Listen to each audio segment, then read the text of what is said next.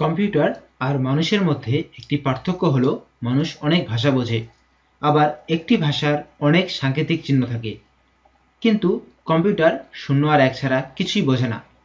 0 আর 1 আসলে কিছুই না, ভোল্টেজ ডাউন, ভোল্টেজ আপ।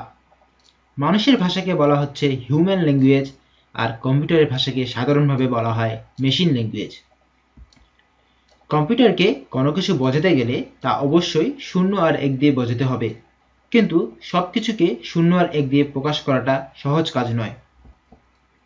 উদাহরণস্বরূপ 473 এই সংখ্যাটিকে আমরা 0 আর 1 এ প্রকাশ করলে যে সংখ্যা পাবো তা একটি অনেক বড় সংখ্যা, যা মনে রাখা 473 মনে রাখার থেকে অনেক বেশি কষ্টসাধ্য।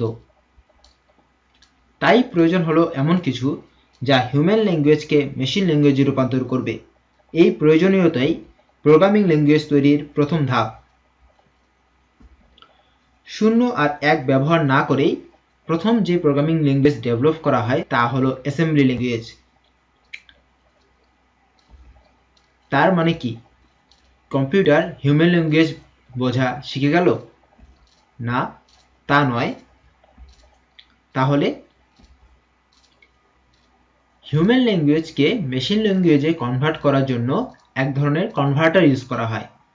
যখন প্রথম অ্যাসেম্বলি ল্যাঙ্গুয়েজ তৈরি হলো তখন একে বলা হতো অ্যাসেম্বলার। এখন বর্তমানে যেই প্রোগ্রামিং ল্যাঙ্গুয়েজগুলো রয়েছে সেগুলোর ক্ষেত্রে একে বলা হচ্ছে কম্পাইলার। একটি ল্যাঙ্গুয়েজ ডেভেলপ করার পর তার কিছু প্রবলেম দেখা যায় এবং সেই ল্যাঙ্গুয়েজের প্রবলেমগুলো সলভ করে তৈরি হয় নতুন এক ধরনের ল্যাঙ্গুয়েজ। ল্যাঙ্গুয়েজের এই বিবর্তনে একটি ইভলিউশন হলো সি। সি এর একটি ইনক্রিমেন্ট রূপ হলো সি++, যার মাধ্যমে সি এর অনেক প্রবলেম সলভ হয়ে গেছে এবং এর পাশাপাশি সি কে একটি আলাদা রূপ দিয়েছে। আর এই সি++ এর বাংলা ভিডিও টিউটোরিয়ালে আপনাদের সবাইকে স্বাগতম।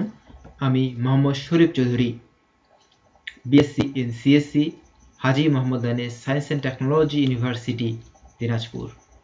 ধন্যবাদ সবাইকে।